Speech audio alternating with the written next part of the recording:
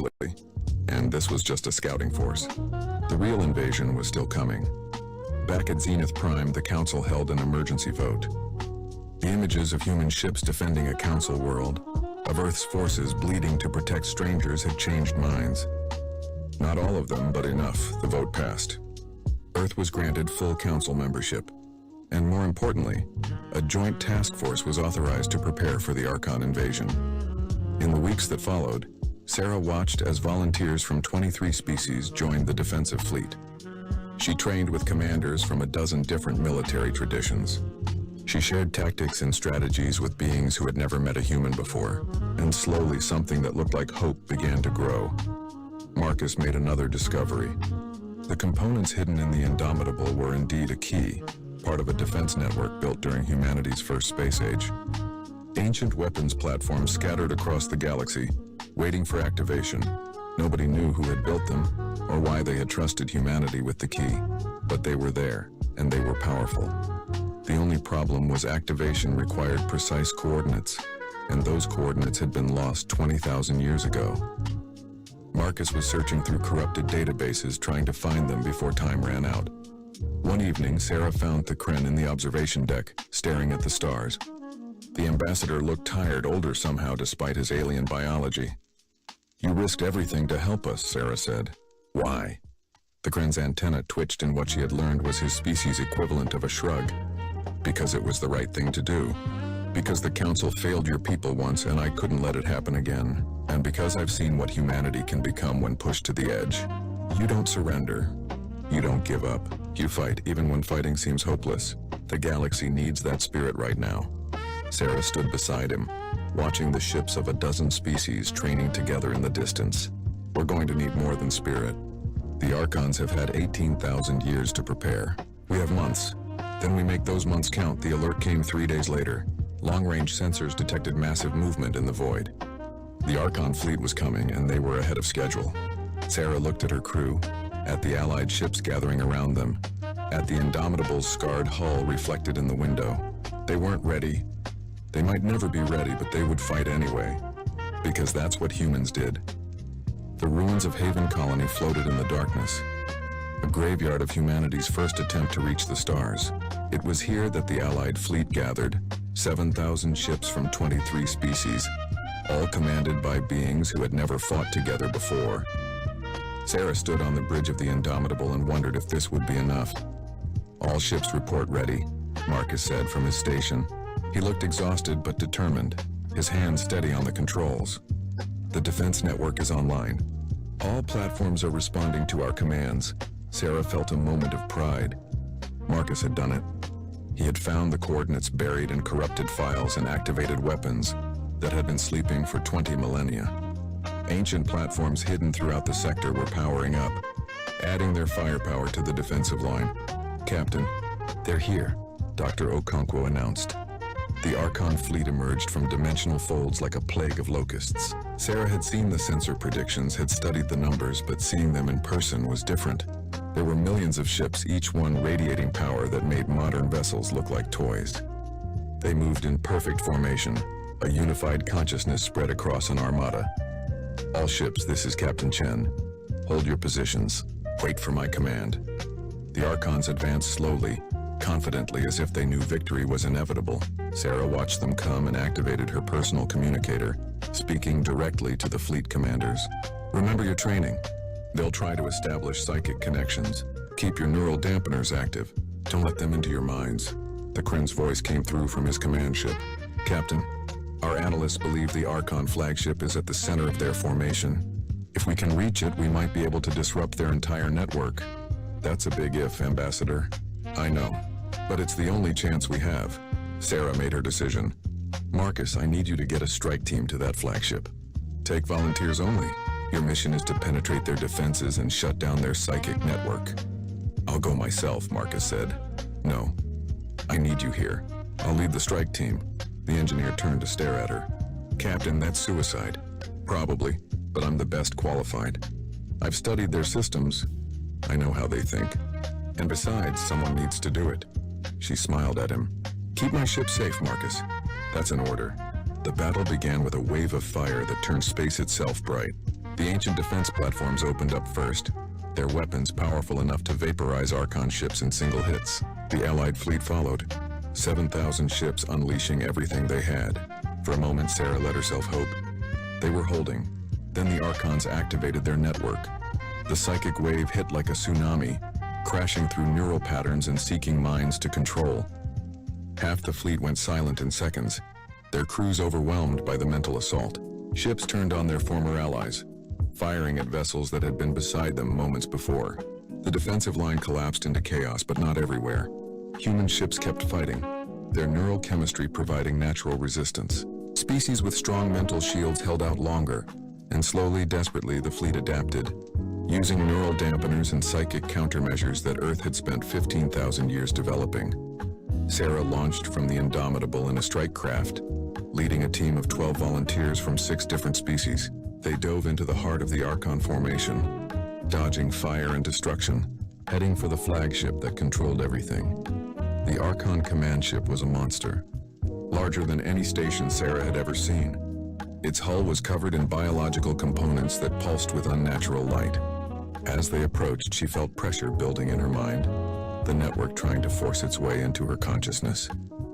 She gritted her teeth and pushed it away. The strike team breached the hull and fought their way inside. The interior was a nightmare, a fusion of technology and biology that seemed to writhe as they moved through it. Archon defenders met them with weapons and telepathic attacks.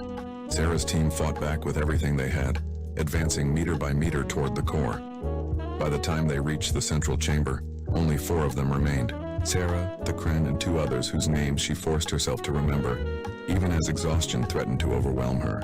The chamber was vast, filled with machinery that hummed with power. At the center was a being that barely looked biological anymore, more machine than flesh, connected to thousands of cables that pulsed with neural energy. The Archon commander spoke directly into her mind. "You are impressive, Captain Chen. Your species resists us better than any we have encountered. But you cannot win. We have evolved beyond your comprehension. We bring unity, an end to conflict and suffering. Why do you fight against peace?" Sarah raised her weapon. "Because your peace means slavery. Because you take away choice. Because beings deserve to make their own mistakes and find their own way. A romantic notion, but ultimately futile. We have already studied your neural patterns. We know how to break your resistance now. When this battle ends, humanity will join our network willingly." Dr. Okonkwo's voice crackled through Sarah's communicator. "Captain, I've analyzed the network. It's quantum-based, operating on frequencies that most species can't naturally perceive. But human brain patterns disrupt those frequencies. You're not immune by accident. Someone engineered humanity specifically to resist this kind of control." The realization hit Sarah like a physical blow. Humans weren't naturally resistant to the Archon network. They had been designed that way, modified millions of years ago by some species that knew this threat would come. Humanity had been created as a weapon, a defense mechanism against psychic slavery. "Captain, there's more," Okonkwo continued. "The network needs a mediator, a consciousness to maintain stability. Right now, the Archons use enslaved minds for that purpose. But if someone willingly connected to the network, someone with human neural patterns, they could transform it.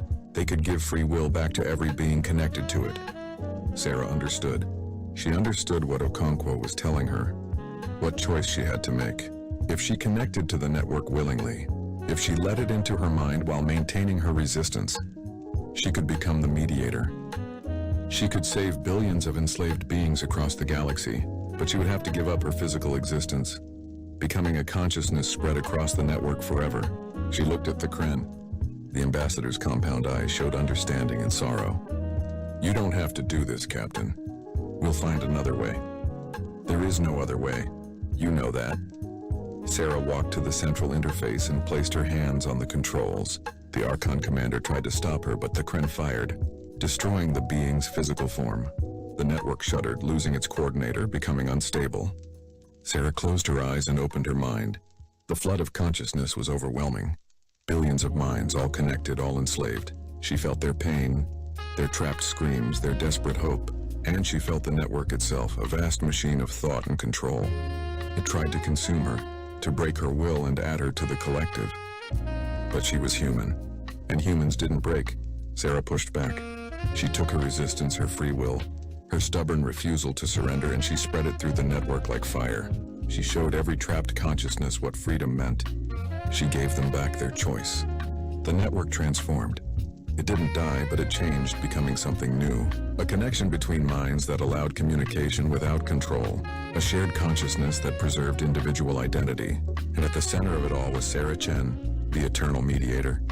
The guardian who would ensure no one could ever use the network for slavery again. Outside, the Archon fleet stopped fighting.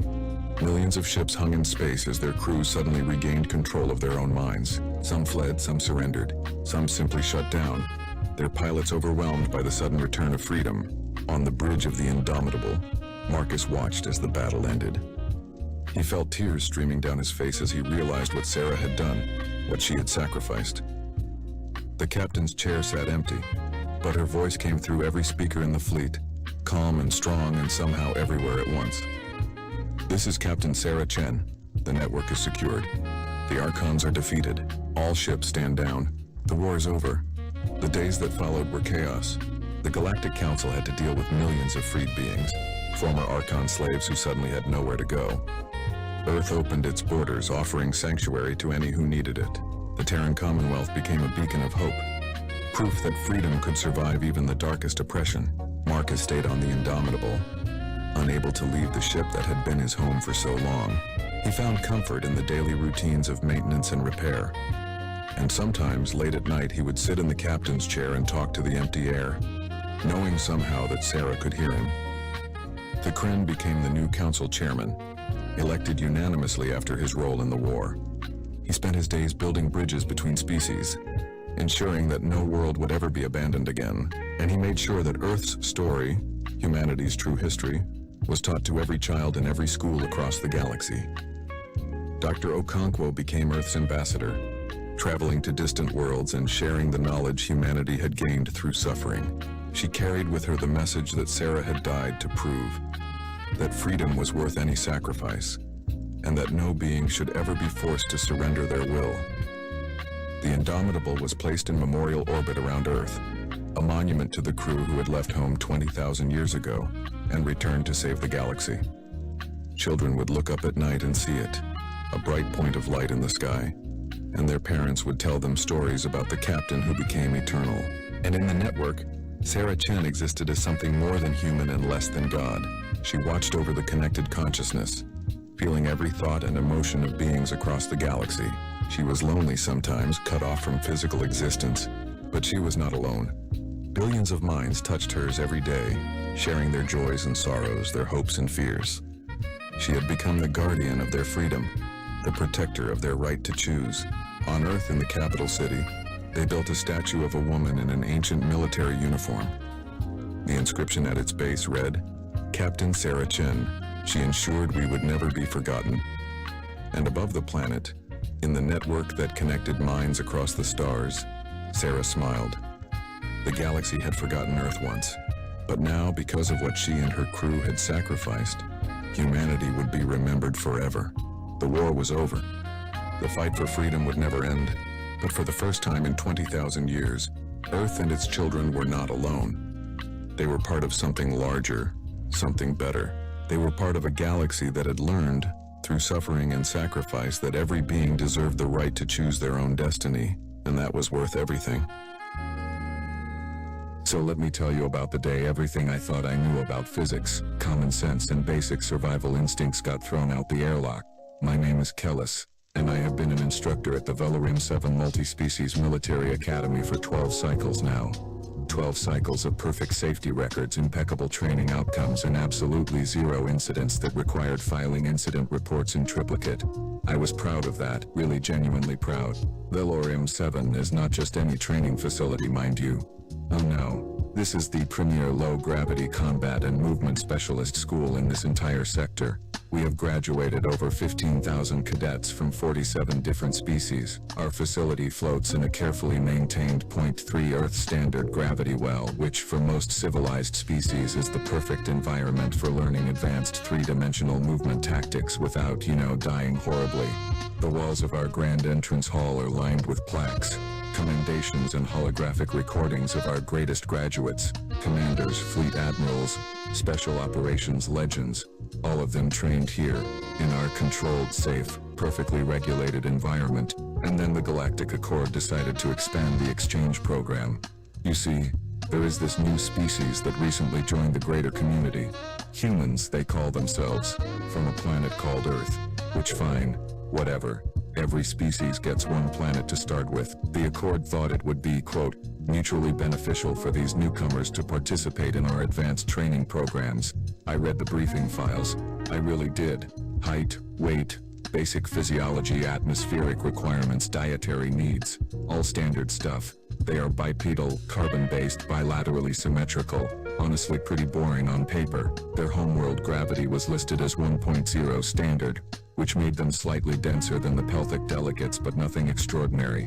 The human cadet assigned to my training group was named Marcus Webb, 22 cycles old in his species years, previous education at something called Earth Defense Academy, no prior off-world experience, no specialized genetic modifications, no cybernetic enhancement, just a regular standard issue human. When I announced this to my current cadet class, you should have seen their faces. Frex, my Saurian student, did that thing where his crest flattens completely against his skull, which means he is either terrified or deeply skeptical. In this case, probably skeptical. He hissed something about another soft worlder who will wash out in week 1. Yana, the Kreshtik whose species evolved in variable gravity environments, just clicked her mandibles in that amused way of hers. She had been the top performer for 3 months running and clearly did not see this human as any kind of threat to her standing. And, yes, I know that name is hard for most species to pronounce, but that is your problem, not mine. Just bubbled something incomprehensible from inside his hydration suit. He is from an aquatic species and honestly treats everything in gas atmosphere as equally weird. So humans were just one more oddity. The general consensus among my cadets was clear. This human would be average at best, probably struggle with the low gravity adjustments like most newcomers, and definitely not cause any problems. I had no reason to doubt this assessment, none whatsoever. Marcus Webb was scheduled to arrive in 3 days, and I had already prepared the standard orientation package, the remedial movement courses, the safety briefings, all of it, everything by the book, everything perfect. I should have known better. I really, truly, honestly should have known better. Something seems too normal, too standard, too perfectly unremarkable. The universe has a funny way of proving you catastrophically wrong. But I am getting 900 hours because of course it did. Punctuality is apparently a human thing too. I was standing there with my data pad, my perfectly prepared welcome speech and my carefully maintained expression of professional neutrality. 3 other instructors flanked me, because protocol demands proper ceremony for exchange students, even if we all secretly thought this was a waste of time. The shuttle ramp extended with a hiss of hydraulics and out stepped Marcus Webb.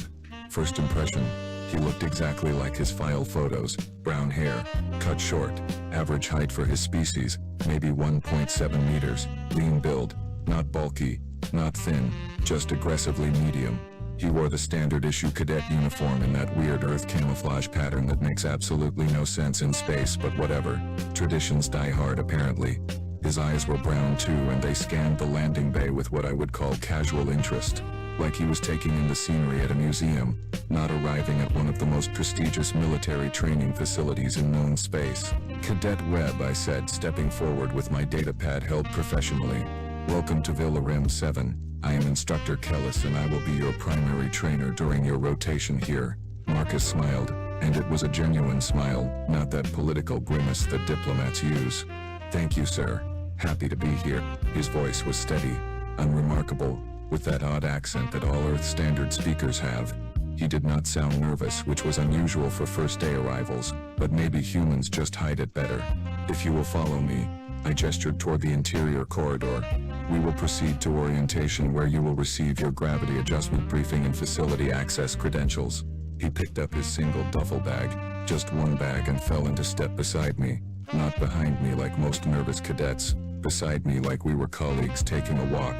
The orientation room was standard issue, white walls, holographic display panels, and adjustable gravity plates in the floor for demonstration purposes. I launched into my prepared speech about Velaram 7's .3 gravity environment, the importance of controlled movement, the dangers of overcompensation, all the things I had said 500 times before. Marcus nodded along. asked clarifying questions that were actually intelligent, and when I demonstrated the proper low-gravity walking technique, he watched with genuine attention.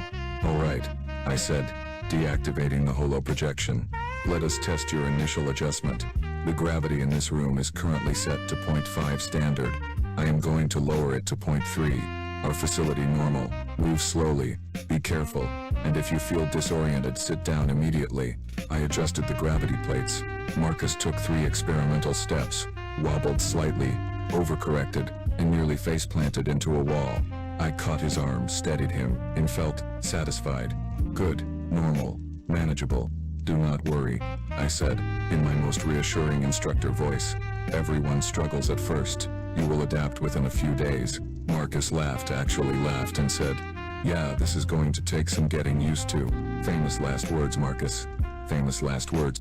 Day 1 of actual training began at 0600 hours because apparently every military organization in the known universe agrees that mornings should be painful.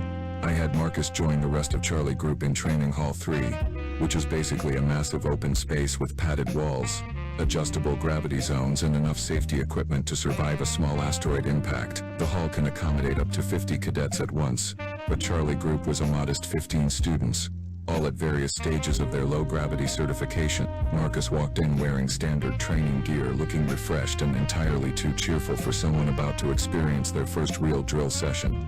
Threx saw him first and did that head tilt thing that Saurians do when they are sizing up potential competition. "So, you are the human," he said, his voice carrying that sibilant hiss his species is known for. "Your people finally figured out how to leave your gravity well." Marcus just grinned. "Yeah, took us a while, but we are slow learners." Yana skittered over, her 6 legs carrying her with that unnaturally smooth glide that lightly uncomfortable.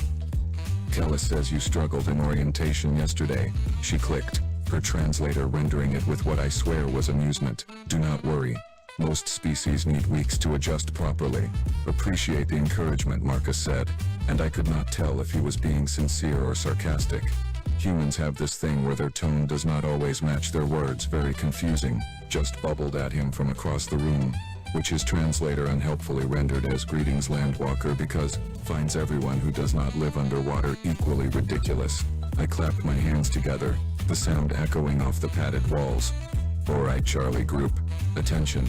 Today we are running basic movement drills, lateral displacement, vertical orientation, and controlled momentum exercises. Standard safety protocols apply, which means if I see anyone attempting unauthorized maneuvers, you will be spending the rest of the day writing incident prevention essays." Groans echoed through the hall because apparently complaining about paperwork is also universal. "We will start simple," I continued, gesturing to the marked lanes on the floor. "Lateral movement across the hall, controlled speed, 3-point contact minimum at all times. Remember, in 0.3 gravity, every movement is amplified. Small pushes, controlled breathing, constant awareness." The cadets lined up. Marcus positioned himself near the back, probably hoping to observe first before attempting anything. Smart, actually.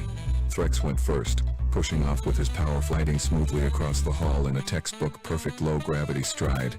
Excellent form, predictable trajectory, safe landing, exactly what I wanted to see. Yana followed, her multiple legs giving her absurd amounts of control, making the exercise look effortless. Show off. Went next, moving with this bizarre flowing motion that his species somehow pulls off naturally, like watching oil spread across water. Weird, but effective. Then came Marcus's turn. He positioned himself at the starting line, bent his knees slightly and pushed off. Too hard, way too hard. His body launched forward like he had been fired from a cannon. He rocketed across the hall, flailing his arms in what I can only describe as controlled panic, and slammed shoulder first into the far wall with a thud that made everyone wince. I was already moving toward him, ready to call for medical, already composing the incident report in my head, already regretting accepting this human into my training group. Marcus peeled himself off the wall, rotated to face us, and started laughing. Not nervous laughter, not embarrassed laughter, actual genuine amusement. "Okay," he called out, rubbing his shoulder. "That was entirely my fault. Let me try that again." He pushed back toward the starting line, this time with slightly better control. though he still moved like someone who had never experienced low gravity in his entire life, which according to his file he had not. I assigned him remedial movement training with the beginners, figuring he would need at least 2 weeks to develop basic competency. I was wrong about that too, but not in the way I expected. By day 5, Marcus had stopped crashing into walls, which I considered a significant achievement worthy of note in my daily log. By day 7, he was moving through the basic drills with what I would call competent mediocrity. Nothing impressive, nothing terrible, just solid average performance. By day 10, something changed, and I still cannot explain exactly what happened. It was like watching someone suddenly remember how to do something they had forgotten. One moment Marcus was carefully, methodically pushing himself through a lateral movement exercise. The next moment he was flowing through the course like he had been born in low gravity. Not smooth like Yana, not powerful like Threx, but something else entirely have words for.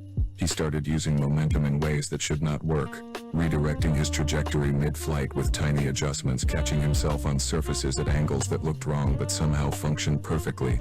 Threx noticed it too. "The human is learning too fast," he hissed to me after one training session. It took me 4 weeks to reach that level of control. Extends 200 meters vertically, lined with platforms, obstacles, handholds and simulated combat zones. It is designed to test three-dimensional tactical movement, situational awareness and controlled aggression in low-gravity environments. Standard protocol requires safety harnesses for all cadets below Level 3 certification, which was everyone in Charlie Group including Marcus. I gathered the cadets at the base of the cylinder, where the massive structure stretched upward like a throat leading to nowhere. The walls were a dull gray composite material, dotted with handholds, platforms jutting out at irregular intervals, and obstacles that could be reconfigured for different difficulty levels. "Today," I announced, my voice echoing in the vast space, "you will each complete a timed run through the VCC basic configuration. The goal is not speed. The goal is control, safe movement, tactical awareness, zero incidents." I pointed at the harness station where automated arms waited to attach safety cables. "Everyone gets harnessed. No exceptions, no arguments. The harness will prevent falls, but it will not do the work for you. You still need to navigate the course properly."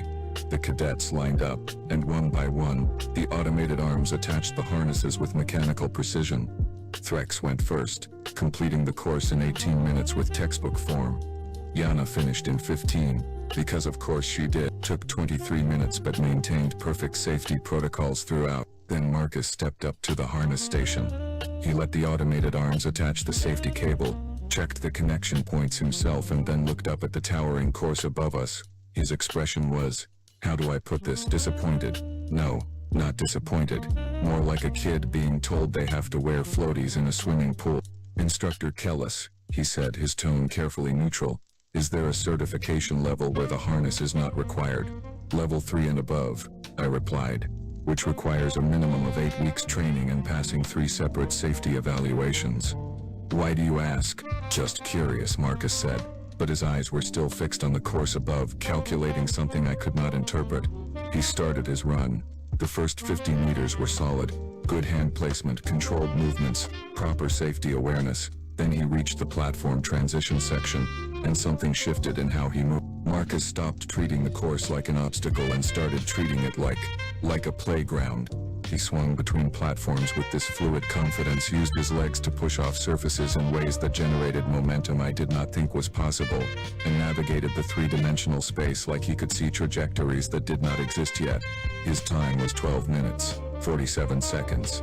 That was faster than some of my level 2 cadet. When he reached the bottom and disconnected from the harness, I walked over to him, datapad in hand, trying to keep my expression professionally neutral. "Cadet Webb," I said slowly, "your file indicates your homeworld has 1.0 standard gravity." "Yes, sir," Marcus confirmed, still slightly out of breath. "And Earth's gravity is, specifically, how much stronger than our 0.3 environment here?" Marcus thought about it for a moment, then said something that made my spine go cold. "About 3 times stronger, sir." "Why do you ask?" 3 times. 3 times stronger. This human had spent his entire life in an environment with 3 times the gravitational pull we were training in, and nobody, not one single person in the entire Galactic Accord administration, thought that was worth mentioning in the briefing materials. I looked at Marcus, who was stretching his shoulders like he had just finished a light warm-up exercise, and realized with creeping horror that we had no idea what this species was actually capable of. None whatsoever. Week 2, day 3, and I had started having very uncomfortable safety coordinator about whether our equipment was rated for species with high gravity world origins. Spoiler alert, it was not, because nobody thought we would need it. Marcus and I continued documenting his progress with increasingly concerned margin. Now beautiful, in a terrifying kind of way.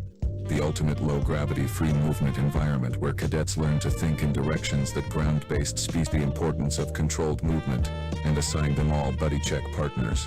Marcus was partnered with Threx, which seemed like a safe choice since Threx had excellent spatial awareness and a healthy respect for safety protocols.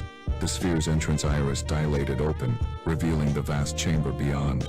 Cadets began filtering in, using handholds to pull themselves into the 0.3 gravity environment, spreading out to different starting platforms like seeds dispersing in wind. I remained at the observation platform with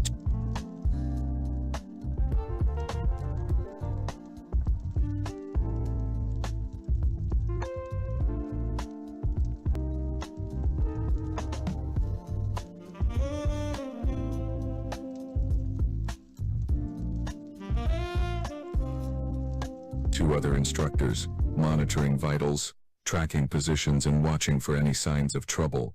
The sphere had sensor arrays everywhere, automated safety systems and emergency response drones on standby. Nothing ever went wrong in the sphere.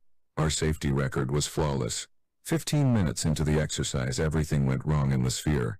The alarm started as a low tone, then escalated to the urgent pulsing that means equipment failure. My data pad lit up with red warning indicators, and I immediately focused on the source.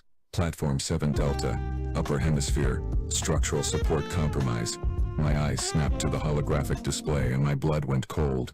Yana was on platform 7 Delta, 200 meters above the sphere floor, and the platform's primary support beam was failing. Stress fractures, metal fatigue, something had compromised the structural integrity, and the whole platform was tilting at an angle that would send her tumbling into open space. She was gripping the platform edge with 4 of her 6 legs, her body language screaming panic even across the distance. Emergency response protocol, I barked into my comm. Platform failure. 7 Delta. 1 cadet in danger. Deploy rescue team immediately.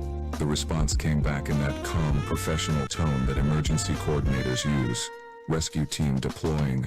ETA 8 minutes. Full safety gear required for high altitude extraction. 8 minutes. I looked at the structural analysis on my datapad. The support beam had maybe 4 minutes before catastrophic failure. Probably less. The other cadets had frozen in place, all of them staring up at the failing platform. All of them too far away to help. All of them properly trained enough to know that rushing in without equipment would just create more casualties. All of them except one. Marcus was on a platform roughly 60 meters below Yana, and he was staring upward with an expression I had never seen on his face before. Focused, calculating, but also something else. Something that looked almost like excitement. Webb, I called through the comm system, my voice carrying through the entire sphere. Maintain your position. Do not attempt unauthorized movement. Rescue team is en route. He looked toward the observation platform, made eye contact with me through the transparent aluminum barrier, and said something that made my heart stop. Sir, I can reach her before the beam fails. Negative, I said, putting every ounce of instructor authority into my voice. You are not certified for high-altitude rescue. You do not have the proper equipment, and you will maintain your current position. That is an order. The support beam groaned, a sound that carried through the sphere like a dying animal, and Yana's mandibles were clicking in distress so fast they blurred together. Marcus looked at me, then looked at Yana, then looked at the distance between them. Then he reached down and started unlocking his gravity boots. Cadet Webb, I said, my voice going from authoritative to genuinely terrified. Do not do what I think you are about to do. That is not a suggestion, that is a direct order. Stop right now. He pulled off the first boot, then the second, and stood on the platform in just his standard training suit. Sorry, sir, Marcus said, and his voice was calm, almost apologetic. But 8 minutes is too long. And then he jumped. No, jumped is the wrong word. He launched himself upward like gravity was a polite suggestion he had decided to ignore. And my perfect safety record shattered into a million pieces as I watched a human cadet become something I did not have a classification for. I have seen a lot of things in my 12 cycles as an instructor at Velarim 7. I have seen cadets master impossible maneuvers. I have seen species-specific adaptations that defied conventional physics.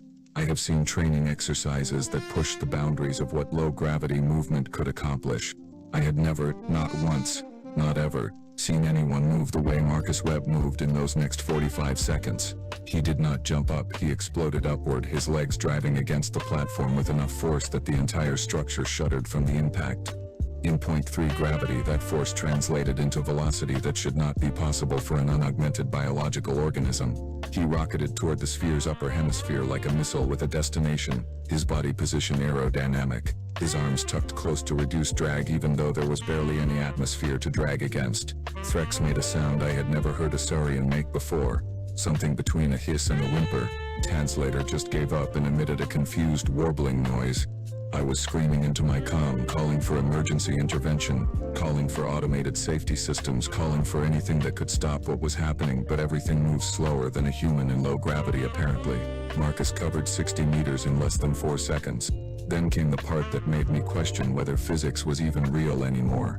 He reached a support column, one of the massive structural beams that kept the sphere stable, and instead of grabbing it to slow down, he used it to redirect. His feet hit the column at an angle, absorbed the impact with bent knees that should have shattered under the force, and pushed off in a new direction like the column was nothing more than a stepping stone. He was not moving in a straight line anymore. He was plotting a three-dimensional course through the sphere's obstacles, using every surface as a launch point, every structure as a navigation reference. Equipment storage rack, kickoff, change direction by 15 degrees. A training platform occupied by 2 terrified cadets. Touchdown for a fraction of a second. Redirect upward again. A suspension cable meant for safety harnesses, grab it mid-flight, use the tension to slingshot around a obstacle cluster.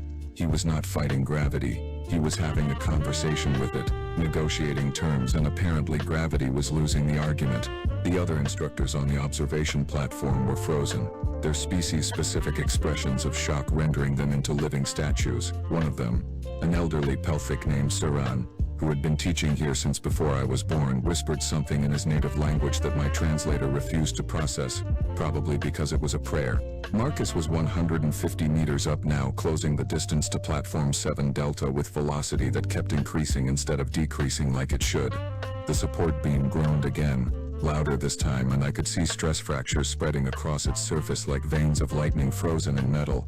Yana saw him coming, her compound eyes tracking his approach, and her mandibles stopped clicking in panic and started clicking in confusion, because what was approaching her did not make sense in any framework she understood. 20 meters away, and Marcus grabbed an overhead handhold, used it to kill most of his upward momentum, rotated his body with core strength that should require cybernetic enhancement, and pushed off toward the failing platform at a controlled angle. 10 meters away, and the support beam gave its final warning, a metallic shriek that meant structural failure was seconds away. Marcus covered those final 10 meters in a diving grab that would have been suicidal for anyone with a normal sense of self-preservation. His arms outstretched, his trajectory calculated with precision that suggested either incredible luck or terrifying competence. He hit the platform just as the support beam snapped. The entire structure tilted. Yana lost her grip, and for one horrible moment I thought I was about to watch 2 cadets fall 200 meters to the sphere floor. Marcus's left hand clamped onto the platform edge, his fingers finding purchase on the composite material with grip strength that should not be possible. His right arm wrapped around Yana's thorax, catching her mid-fall, and then he was holding both of them against gravity with one arm while his other hand maintained their only connection to safety. The broken support beam tumbled past them, spinning slowly in the low gravity, a 2-ton piece of metal falling like a feather in slow motion. For 3 seconds Marcus just hung there, supporting his own weight plus Yana's mass, which was not insignificant given her species' exoskeleton density, with one hand gripping a platform that was no longer properly anchored. Then he looked down, and I swear on every star in this sector he smiled.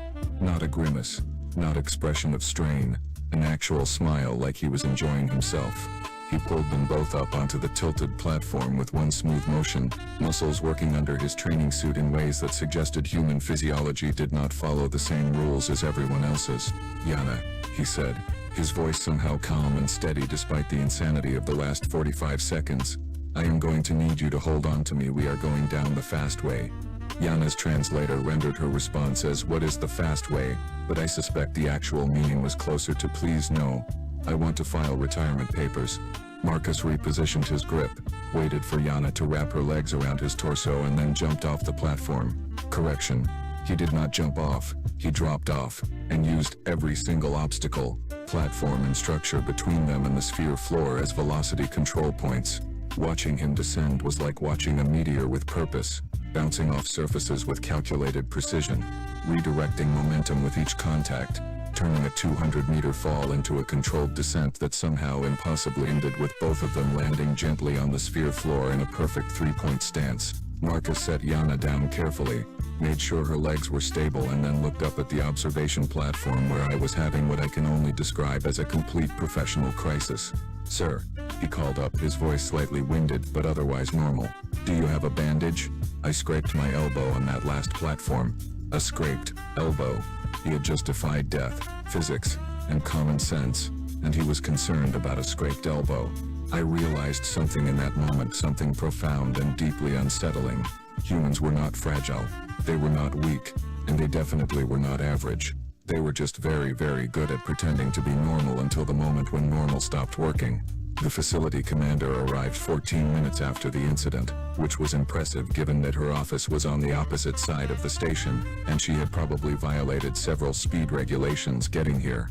Commander Vorish was a Corinthian, which meant she stood nearly 3 meters tall, had 4 arms that she used for dramatic gesturing when angry, and possessed exactly zero tolerance for nonsense. She had run Valorum 7 for 20 cycles with absolute authority and an unblemished safety record that I had just personally destroyed. She was not happy.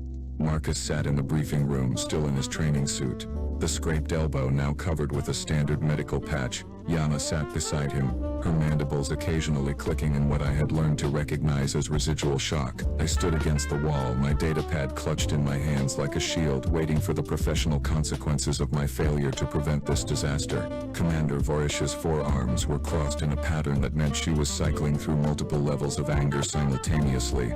Cadet Webb, she said, her voice carrying that resonant quality that Corinthians use when they want to sound impressive and terrifying. Do you understand that you violated 16 separate safety protocols, ignored a direct order from your instructor, and performed an unauthorized high-altitude rescue without proper equipment or certification? Yes, ma'am, Marcus said, and he had the decency to look at least somewhat apologetic. Do you understand that your actions could have resulted in 2 fatalities instead of 1 injury? That you endangered not only yourself but also Cadet Yana, and that you a failure, the rescue team failure. The rescue team had an 8-minute ETA, and the math did not work in her favor, ma'am.